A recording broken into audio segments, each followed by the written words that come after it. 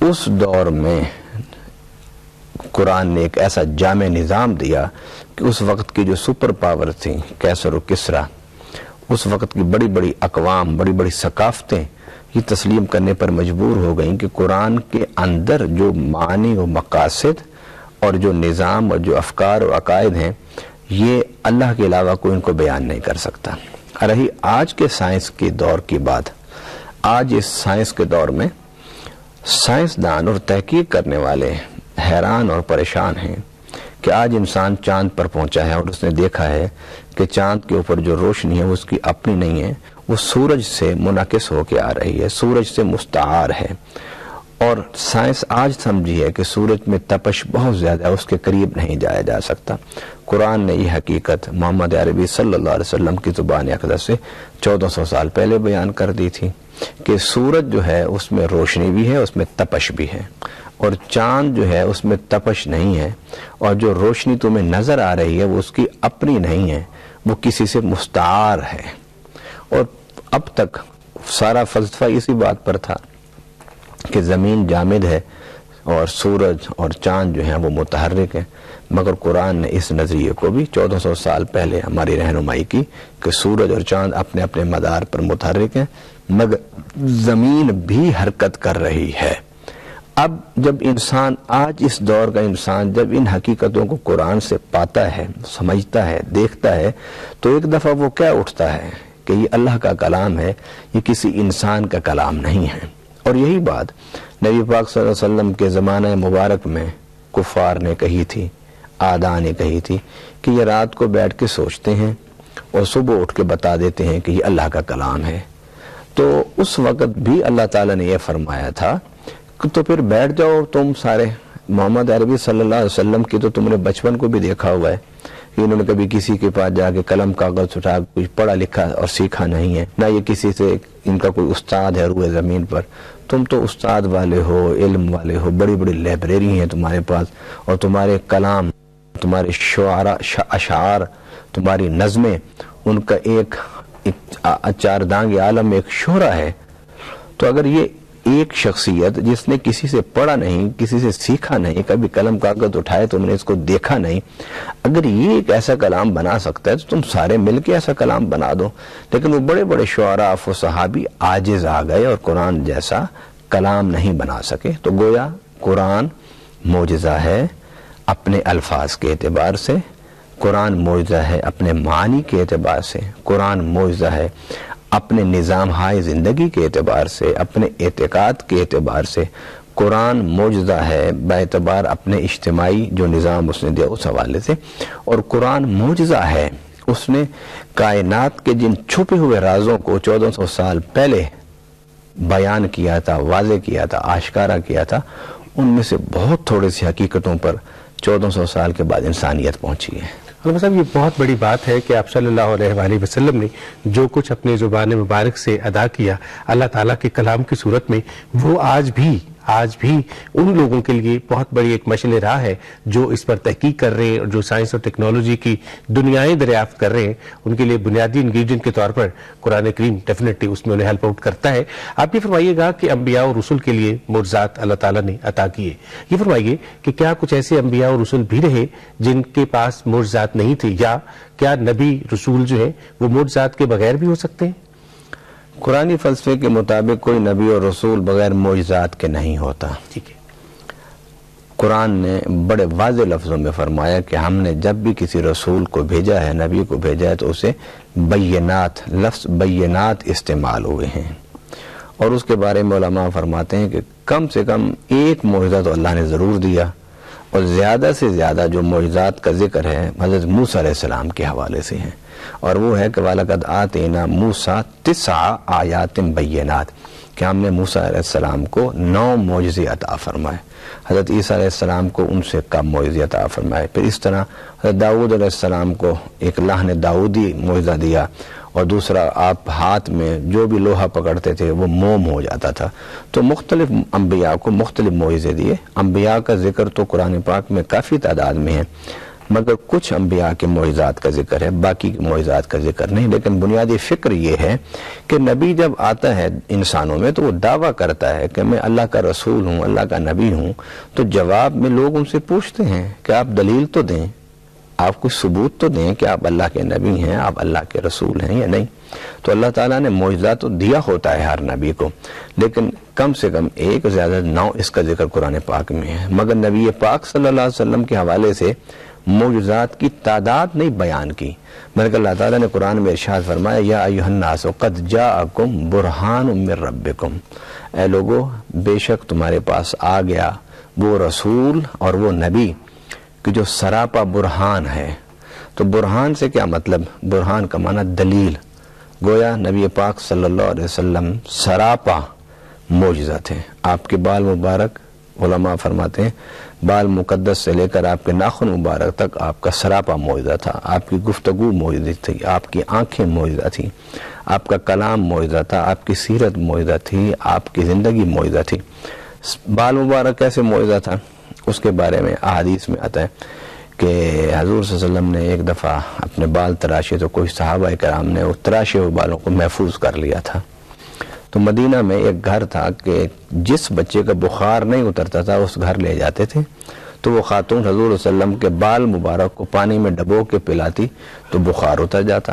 اور حضرت خالد بن ولید رضی اللہ تعالیٰ عنہ کو ایک بال ملا تو آپ نے اسے اپنی ٹوپی میں سی لیا تھا۔ جب بھی جہاد پر جاتے تو آپ فتح پاتے۔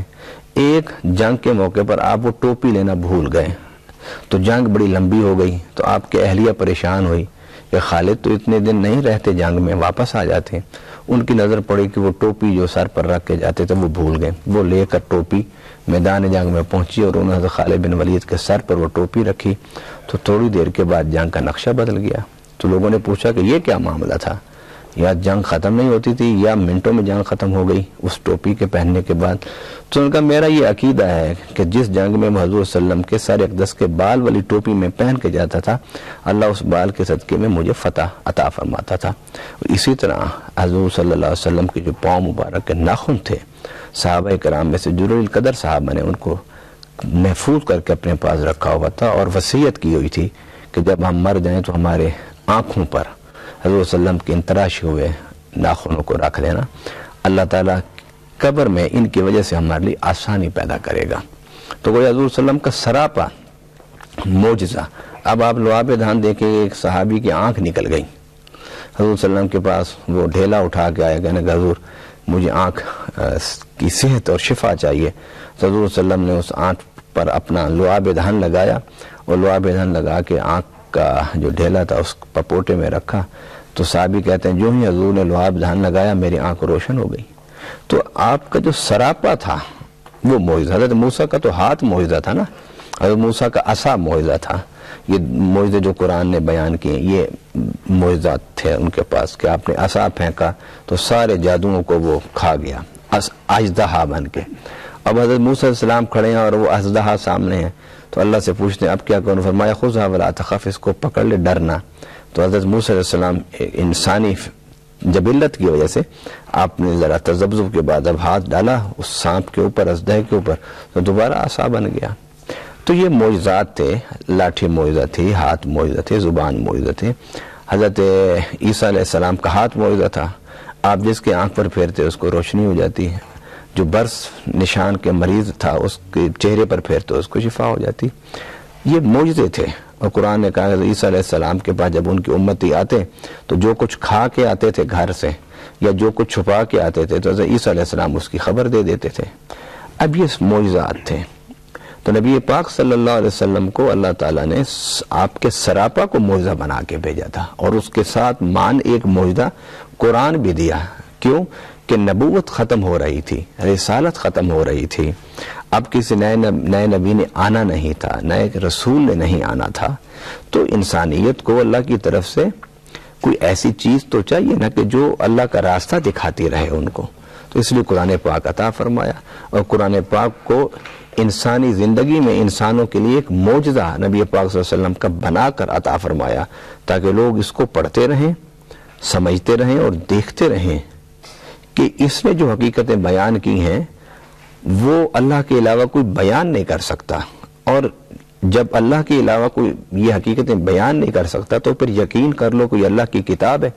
پھر جب اس کے اللہ کی کتاب ہونے پر تمہارا یقین پیدا ہوگا تو پھر تمہیں یہ بھی یقین کرنا پڑے گا کہ حضرت محمد رسول اللہ صلی اللہ علیہ وسلم بھی اللہ کے رسول تھے, کیونکہ اللہ نے خود تو یہ ڈائریکٹ دیا نہیں نا کتاب ہمیں, حضور کے ذریعے سے اللہ نے یہ کتاب دیا نا. تو پھر حضور کی ذات بھی معجزہ ہوئی, پھر یہ قرآن بھی معجزہ ہوا. تو گویا سائنس اور عقل اور فکر اور فلسفہ یہ تو 1400 سال ہوئے نا. اگر 14,000 سال بھی سفر کرے, 14 لاکھ سال بھی اگر سفر کر لے, تو قرآن کا یہ دعویٰ ہے کہ وہ ہر دور میں 2 قدم آگے بڑھ کر, چند قدم آگے بڑھ کر انسانیت کی رہنمائی کرتا رہے گا. یہ فرمائیے گا کہ آپ صلی اللہ علیہ وآلہ وسلم کو بہت سارے معجزات اللہ تعالیٰ نے عطا کیے قرآن حکیم کے علاوہ. یہ فرمائیے گا کہ اس دور میں جب آپ صلی اللہ علیہ وسلم بظاہر اس دنیا میں تھے تو بہت سارے معجزات جو آپ لوگوں کو دکھا رہے تھے, اس پہ ان کا ریئیکشن پھر کیا آتا تھا؟ لوگ جو تھے, جو آپ کو ماننے والے نہیں تھے, جو مشرک تھے, جب آپ ایک معجزہ دکھاتے ہیں وہ ایک ایسی چیز ہے جو عام شخص تو کر نہیں سکتا, لیکن جو نبی کر رہا ہے پھر اس پر ریئیکشن ان کا کیا ہوتا تھا؟ اس سے پہلے جو نبوت اور رسالت کا سلسلہ تھا اس میں تو یہ تھا کہ جب کوئی مطالبہ کرتا تھا معجزے کا اور وہ نبی کر دکھاتا تھا تو ان کے لیے پھر بچت کا راستہ نہیں ہوتا تھا. بھائی جو آپ نے پوچھا, جو مانگا وہ تو دکھا دیا, اب اس کے بعد فرار کا راستہ نہیں ہے. اس کے بعد پھر اللہ کا عذاب اترتا تھا ان لوگوں پر. جس طرح انہوں نے کہا تھا کہ یہ ایک اونٹنی پیدا ہو جائے پتھر سے تو ہم تمہیں رسول مان لیں گے. تو حضرت صالح علیہ السلام نے اللہ سے دعا کی تو پتھر سے اونٹنی نکل آئی. پھر جب انہوں نے اس کو نہیں مانا, اس کو تسلیم نہیں کیا, پھر ان کے اوپر عذاب آ گیا. حضور صلی اللہ علیہ وسلم کیونکہ رحمت للعالمین تھے اور ہیں, انہوں نے معجزات مانگے. معجزات مانگنے والوں نے جب ان معجزات کا انکار کیا تو اس انکار کے بعد اللہ نے ان پر عذاب نہیں نازل کیا, کیونکہ حضور صلی اللہ علیہ وسلم کے حوالے سے قرآن میں ہے وَمَا كَانَ اللَّهُ لِيُعَذِّبَهُمْ وَأَنْتَ فِيهِمْ.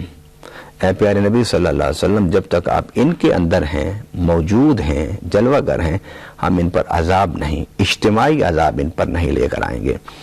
ہاں معجزات مانگنے والے جو تھے وہ تو بعض دفعہ انہوں نے معجزات مانگے, جب معجزات پورے ہو گئے تو پھر بھی انہوں نے تسلیم نہیں کیا.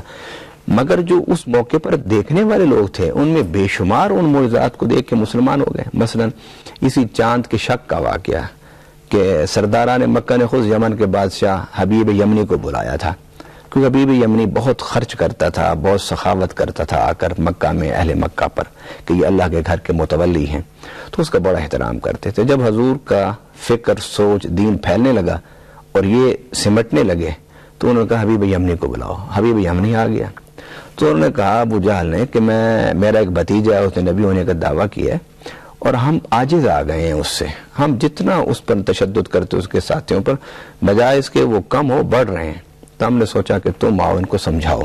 تو حبیب یمنی نے کہا کہ گھبرانے کی ضرورت ہی نہیں ہے, اگر وہ نبی ہیں تو نبی کا دعویٰ ہے تو اس کے دلیل کے لیے کوئی نہ کوئی دعوے کی دلیل تو دینی پڑے گی نا ان کو. تو انہوں نے کہا کہ ٹھیک ہے تم ان سے دلیل مانگو. ابو جہل نے کہا کہ زمین کی دلیل نہ مانگنا, زمین پر نعوذ باللہ بڑا جادو چلتا ہے. انہوں نے کہا چلو پھر آپس میں اتفاق ہوا کہ ہم آسمان کا جو چاند ہے کہیں گے اس کو توڑو, اگر اس کو توڑ دیتا ہے تو پھر ہم اس کو رسول مان لیں گے.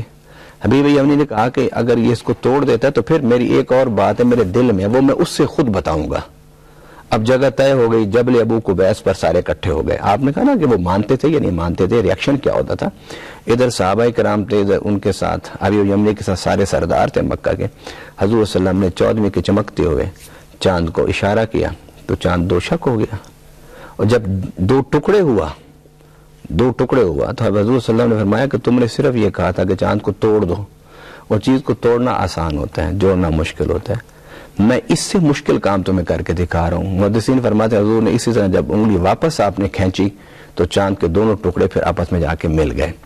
جب چاند مل گیا تو حبیب یمنی کہنے لگا ایک دوسری بات میں نے آپ سے کہی تھی کہ میں کروں گا اگر یہ آپ اس کو پورا کر دیتے ہیں. تو میرے آقا صلی اللہ علیہ وسلم نے اس کے کہنے سے پہلے ہی فرما دیا تیرے دل میں ایک ہی یہ آرزو اور تمنا ہے, اب تو مجھے سچا مانتا ہے اور مان رہا ہے تو کہ میں نے چاند 2 ٹکڑے کر دیے, تیرے دل میں یہ ہے کہ میری ایک بیٹی ہے, اندھی ہے, لنگڑی ہے, لولی ہے, یا تو وہ مر جائے یا اس کو شفا ہو جائے. میرے آقا نے فرمایا جا اللہ نے اس کو بھی شفا دے دی. تو جب وہ مکہ سے یمن پہنچا تو اس کی اسی معذور بچی نے اٹھ کے دروازہ کھولا، جو دیکھ نہیں سکتی تھی، جو بول نہیں سکتی تھی، جو چل نہیں سکتی تھی. تو حبیب یمنی کے ساتھ بے شمار جو سرداران مکہ تھے، کفار تھے، انہوں نے اس موقع پر کلمہ پڑھ لیا. لیکن ابو جہل نے نہیں پڑھا، ابو لہب نے نہیں پڑھا، عتبہ نے نہیں پڑھا، شیبہ نے نہیں پڑھا. بڑے بڑے جو اس وقت کے سردار تھے مکہ کے کفار، ان میں سے بے شمار لوگوں نے کلمہ نہیں پڑھا. اچھا علامہ صاحب، اللہ تعالیٰ نے معجزات عطا کیے اپنے انبیاء کو، اور ان معجزات میں انہوں نے عوام کو، لوگوں کو اللہ تعالیٰ کا وہ خاص کرم، اللہ تعالیٰ کا وہ خاص احسان دکھایا. لیکن اس کے جواب میں کیا ان سب لوگوں نے ایمان پہ وہ آگئے، یا جو لوگ ایمان پہ نہیں آئے، جن لوگوں نے ان معجزات کو بھی نہیں مانا، ان کے ساتھ پھر کیا سلوک ہوا؟ صحابہ کرام کا کیا سلوک ہوا؟ اور اللہ تعالیٰ نے پھر ان لوگوں کو کس کیٹیگری میں ڈالا؟ معجزہ تسلیم طلب کرنے کے بعد، معجزہ دیکھنے کے بعد نہ تسلیم کرنے والوں کو قرآن نے کہا ختم اللہ علی قلوبہم وعلی سمعہم وعلی ابصارہم غشاوۃ ولہم عذاب عظیم. فرمایا کہ انہوں نے ایک چیز مانگی تھی، وہ میرا حبیب نہ پورے کر سکتا، پھر تو ان کے کفر کے راستے پر رہنا کوئی جواز بنتا تھا. انہوں نے مانگا، انہوں نے پورا کر دیا. اب ان کا حق کے راستے پر نہ آنا وہ یہ ہے کہ اللہ نے ان کے دلوں پر مہر کر دی ہے، ان کی آنکھوں پر مہر کر دی ہے، ان کے کانوں پر مہر کر دی ہے، ان کی آنکھوں پر پردے ڈال دیے اور ان کے لیے بڑا دردناک عذاب ہے. پھر وہی کچھ ہوا کہ یہی ابو جہل، یہی ابو لہب، یہی عتبہ، یہی شیبہ، یہی ولید جب بدر میں گئے تو سب سے پہلے یہی لوگ قتل ہوئے، اور بڑی ذلت آمیز ان کو شکست بھی ہوئی، بڑی ذلت آمیز موت بھی ہوئی، اور بڑی 70 کافر سردار مارے گئے، 70 گرفتار ہو گئے. اور یہ عرب والوں نے کبھی یہ دیکھا نہیں تھا کہ ان کو کوئی گرفتار کرے، ان پر کوئی فتح حاصل کر لے. تو حضور صلی اللہ علیہ وسلم کے جنہوں نے معجزے دیکھے، طلب کیے اور پھر معجزے دیکھے، پھر اس کو تسلیم نہیں کیا، رب العالمین نے ان کو بڑے سخت اور دردناک اور شرمناک مراحل سے گزارا. اچھا علامہ صاحب، آج کے اس دور میں آپ نے فرمایا کہ معجزات تو ممکن نہیں ہے کیونکہ وہ خالصتاً انبیاء کے ساتھ منسلک. آج کے اس دور میں کرامات آپ نے فرمایا کہ وہ ممکن رہی ہیں، ممکن ہے. یہ فرمائیے کہ جو ہمارے دور کے اولیاء اللہ ہیں، جو ہمارے دور کے وہ لوگ ہیں جو اللہ تعالیٰ کے برگزیدہ لوگ ہیں، جو اللہ تعالیٰ کے قبول شدہ لوگ ہیں، وہ لوگ جو اللہ تعالیٰ کے زیادہ قریب ہیں، ان کی کچھ ایسی کرامات ہم آج بھی دیکھ سکتے ہیں؟ نبی اور رسول کے لیے معجزہ دکھانا ضروری ہوتا ہے. لوگ پر نبی اور رسول مانتے نہیں ہیں، مگر ولی کے لیے کرامت دکھانا ضروری نہیں ہوتا، اور نہ ہی اپنے کرامتوں کی اشاعت کی اجازت ہوتی ہے. ہمارے ہاں تو آج ایک تو کرامات کی ایک بڑی لسٹ تیار کی جاتی ہے، پھر اس کو اپنے خاص جو مریدین ہوتے ہیں، متعلقین، ان کی زبان سے زد عام لوگوں میں کی جاتی ہے تاکہ لوگوں کو ایک رجوع ہو میری طرف، لوگ آئیں کہ اچھا جی اتنے بڑے اللہ کے ولی ہیں. کرامت کا اظہار نہ بھی ہو تو تب بھی وہ ولی ہے. یہ ایک بات ذہن میں رکھیں. کرامت کا معنی کیا ہوتا ہے؟ کرامت کا معنی یہ ہوتا ہے عزت و شرف، کہ جب آپ اپنی ارادوں کو، اپنی مشیت کو، اپنی سوچ کو، اپنے مال کو، سب کچھ اللہ کے سپرد کر دیتے ہیں اور اللہ کی رضا میں ڈھال دیتے ہیں، اللہ کی مرضی میں اسے غرق کر دیتے ہیں، تو پھر اللہ تعالیٰ رد عمل کے طور پر نتیجتاً پھر اس بندے کو کرامت یعنی عزت عطا فرماتا ہے. پھر عزت کیا ہوتی ہے کہ لوگ اس کے پاس آتے ہیں، دعا کراتے ہیں، وہ دعا کے لیے ہاتھ اٹھاتا ہے، اللہ سے مانگتا ہے، اللہ اس کے اٹھے ہوئے ہاتھوں کی لاج رکھتا ہے. میرے سامنے ہاتھ اٹھائیں تو میں اس کی بات کیوں نہ مانوں، اس نے زبان سے کچھ اس طلب کیا، میں اسے کیوں نہ عطا فرماؤں. یہ ہے کرامت. اگر کوئی زندگی بھر بھی کرامت نہ دکھائے تو اس کی ولایت پر شک نہیں کیا جا سکتا. اچھا، ہماری عام زندگی میں ایک لفظ استعمال ہوتا ہے انہونی، کہ لے جناب یہ تو انہونی ہو گئی یا انہونی ہو جائے گی، اس کو ہم کس زمرے میں ڈالیں گے؟ اللہ تعالیٰ جب اپنی کوئی قدرت دکھاتا ہے نا تو وہ کسی کا محتاج نہیں ہے. وہ نیکوں کے ذریعے سے بھی اپنی قدرت کا اظہار کر دیتا ہے، وہ اپنے کسی بندے سے بھی اپنی قدرت کا اظہار کر دیتا ہے. میں نے لفظ قدرت بولا، یہی قدرت کا اظہار نبی کے ہاتھ پر ہو تو معجزہ ہوتا ہے. اسی قدرت کا اظہار اگر مومن نیک صالح مرد بندے کے ہاتھ سے ہو تو اسے کرامت کہتے ہیں. اللہ تعالیٰ جس پر چاہے، جب چاہے، جو چاہے فضل کر سکتا ہے وہ مجھ پر بھی کر سکتا ہے، اللہ آپ پر بھی کر سکتا ہے. آپ نے کوئی ایسی بات کی، اللہ نے اس کو پورا کر دیا، تو اللہ تو قادر ہے. اللہ تو کہتا ہے کہ یہ ساری مخلوق میری، یہ انسان میرا کنبہ ہے، میں اس پوری سب سے پیار کرتا ہوں، میں ان کا بڑا ہوں. یہ میری طرف چل کے آتے ہیں، میں ان کی طرف بھاگ کے آتا ہوں، یہ میری طرف ایک قدم اٹھا کے آتے ہیں، میں ان کی طرف 10 قدم اٹھا کے جاتا ہوں. نمبر صاحب، یہ خوبصورت بات آپ کر رہے ہیں کہ اللہ تعالیٰ ہم سب کو اپنا کنبہ قرار دے رہا ہے، اپنی فیملی قرار دے رہا ہے، اور پھر وہ یہ کہہ رہا ہے کہ تم میرے کنبے سے میری فیملی کے ساتھ پیار کرو. اس میں مسلمان ہونا ضروری نہیں ہے، جو بھی اللہ تعالیٰ کی تخلیق ہے آپ اس سے پیار کیجئے، وہ آپ سے 70 ماؤں سے زیادہ پیار کرے گا. یہ فرمائیے گا کہ آج کے اس دور میں ہم دیکھتے ہیں کہ بہت سارے ایسے لوگ ہیں جنہوں نے کچھ شعبدہ بازیاں اپنے پاس جن کی ہوتی ہیں، کچھ ایسی چیزیں ان کے پاس ہوتی ہیں جو ہم عام لوگ جن پہ بڑی جلدی یقین کر لیتے ہیں کہ وہ کچھ ایسا آپ کو دکھا دیتے ہیں، کچھ ایسی چیزیں آپ کو دکھا دیتے ہیں، کچھ ایسے کام آپ کے سامنے لے کے آ جاتے ہیں کہ آپ فوری طور پہ متاثر ہو جاتے ہیں ان سے. ان میں میں نے لفظ استعمال کیا شعبدہ باز.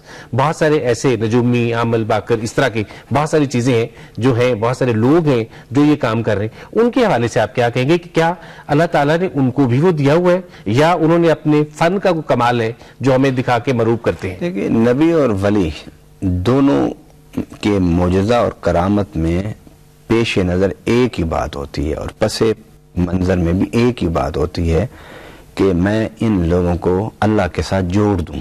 اگر یہ بے ایمان ہیں تو ان کو ایمان والا بنا دوں، اگر ان کے اچھے عمل نہیں ہیں تو ان کو اچھے عمل والا بنا دوں. اللہ کا ولی ہو یا اللہ کا نبی ہو، ان کا کوئی اور مقصد دنیاوی نہیں ہوتا، نہ معجزے کے دکھانے کے ساتھ، نہ کوئی کرامت دکھانے کے ساتھ. ایک ہی مقصد ہوتا ہے کہ میں اللہ کے بندوں کو اللہ کے راستے پر لے آؤں.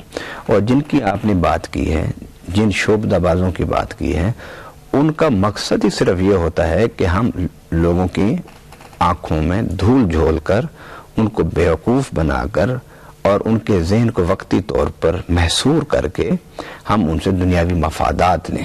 ان کا کوئی مقصد نہیں ہوتا کہ میرے پاس آنے والے لوگ اللہ کے ساتھ جڑ جائیں یا میرے پاس بیٹھنے والے لوگ نیکی کے راستے پر آ جائیں. تو یہ بنیادی فرق ہے، یہ بنیادی فرق ہے.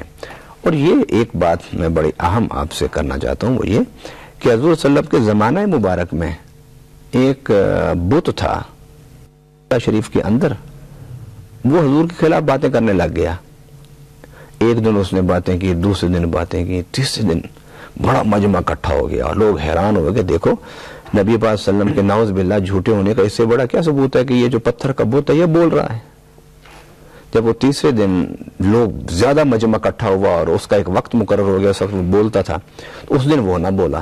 تو تھوڑی دیر کے بعد ایک جن جو مسلمان تھا، اس نے ایک دوسرے جن کی لاش کو وہاں لا کے پھینکا اور کہا حضور یہ آج بت نہیں بولے گا، کیونکہ یہ جن اس کے اندر بولتا تھا، آپ کی شان میں حرض سرائی کرتا تھا، آپ کی احانت کرتا تھا، آپ کے نعوذ باللہ جھوٹے ہونے کی باتیں کرتا تھا. 2 دن تو میں نے برداشت کیا، لیکن آج میں نے جب دیکھا کہ لوگوں کا ایک ذہن بدلتا جا رہا ہے اور وہ یہ سوچنے پر مجبور ہو گئے کہ یار واقعی یہ ایک بت جو کبھی نہیں بولا تھا آج بولنے لگ گیا حضور کے خلاف، تو یہ سچ ہی کہہ رہا ہے نا. تو میں نے پھر یہ فیصلہ کیا کہ اب اس کو مارنا ضروری ہے. تو میں نے اسے جا کے پکڑا، اس کو قتل کیا اور قتل کر کے میں اب یہاں آپ کے پاس لا کے رکھا ہے. تو ایسی باتیں جو ہیں یہ حق کے خلاف بہت سارے لوگ دکھا دیتے ہیں، مگر اس شخصیت کو دیکھیں کہ اس شخصیت کا کیا، اس کا زاویہ کیا، اس شخصیت جو یہ چیزیں دکھا رہی ہے اس کا مقصد کیا ہے، اس کا مدعا کیا ہے. کیا وہ حکومت حاصل کرنا چاہتا ہے، مال حاصل کرنا چاہتا ہے، یہ دنیاوی اغراض و مقاصد اس کے ہیں، اس کا کردار کیا ہے، اس کی سیرت کیا ہے، اس کا عمل کیا ہے، یہ ساری چیزیں دیکھنی پڑتی ہیں. صرف یہ نہیں بات کہ کوئی انہونی بات جو بھی دکھا دے ہم کہیں کہ یہ سچا ہے، ایسا ہے. بہت سارا شکریہ علامہ صاحب آپ کا، اور آپ سب کو بھی بہت سارا شکریہ کہ آپ نے اس پروگرام کو دیکھا. بڑا آسان سا ہمارا ای میل ایڈریس ہے info@rasool یعنی info@shfwtrasul info@yahoo.com. اس ای میل ایڈریس پر آپ ہم سے رابطہ کر سکتے ہیں. پروگرام کے آخر میں چھوٹی سی بات آپ سے یہ شیئر کرنی ہے کہ قرآن کریم اللہ تعالیٰ نے ہم سب کو عطا کیا آپ صلی اللہ علیہ وآلہ وسلم کے وسیلہ جلیلہ سے ایک معجزے کی صورت میں، اور اس پر اگر میں اور آپ عمل کریں، مکمل طور پر اس کو حفظ جاں بنائیں، تو اس میں اللہ تعالیٰ نے سب کچھ ہمیں دیا ہے جس پر اگر ہم عمل کریں تو ہماری یہ زندگی بھی آسان ہو سکتی ہے اور جو زندگی جہاں پر مجھے اور آپ کو مستقل طور پر رہنے یقیناً اس میں ہمیں بہت ساری آسانیاں مل سکتی ہیں. انشاءاللہ اگلے پروگرام میں ایک نئے موضوع کے ساتھ آپ سے پھر ملاقات ہوگی. تب تک کے لیے اجازت دیجیے گا. اللہ حافظ.